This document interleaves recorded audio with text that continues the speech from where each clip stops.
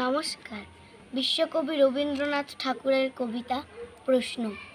ভগবান, তুমি যুগে যুগে দুধ পাঠিয়েছ বারে বারে দয়াহীন সংসারে। তারা বলে গেল ক্ষমা করো সবে, বলে গেল ভালোবাসো, অন্তর হতে বিদ্বেষ বিষ্ণাসো।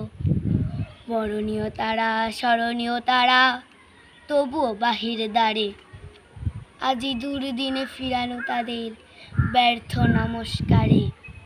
আমি যে দেখেছি গোপন হিংসা কপটে রাত্রি ছায়ে হেনেছে নিঃসহায়।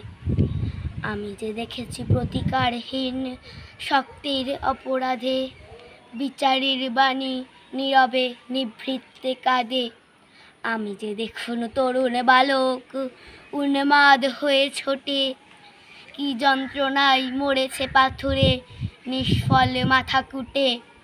কণ্ঠ আমার রুদ্ধ আজিকে বাসি সঙ্গীত হারা, অমাবস্যার কারা লুপ্ত করেছে আমার ভুবন দুঃস্বপ্নের তরে।